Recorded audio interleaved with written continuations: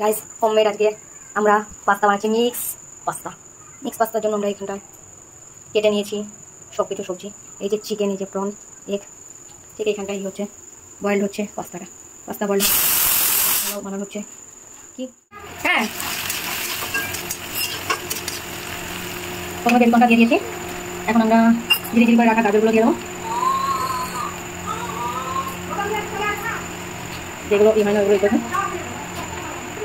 কত পাতলা পাতলা করে কাটা।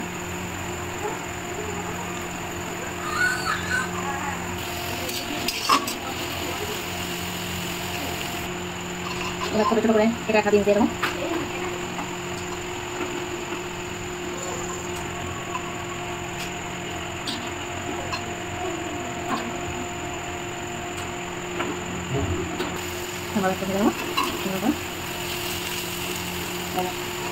লঙ্কা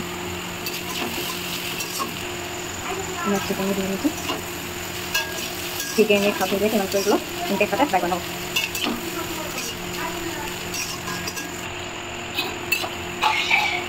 বয়েলড করা পাস্তাটা এখন দিয়ে দিলাম। এখন একটু নাড়াচাড়া করে নেবো, এটাকে সুন্দর করে মিশিয়ে নেবো সবজিগুলোর সাথে আর চিকেন এগুলোর সাথে। এখন একটু সস আর চিলি সস, সয়া সস সব দিয়ে পাস্তাটাকে রেডি করে নিচ্ছি।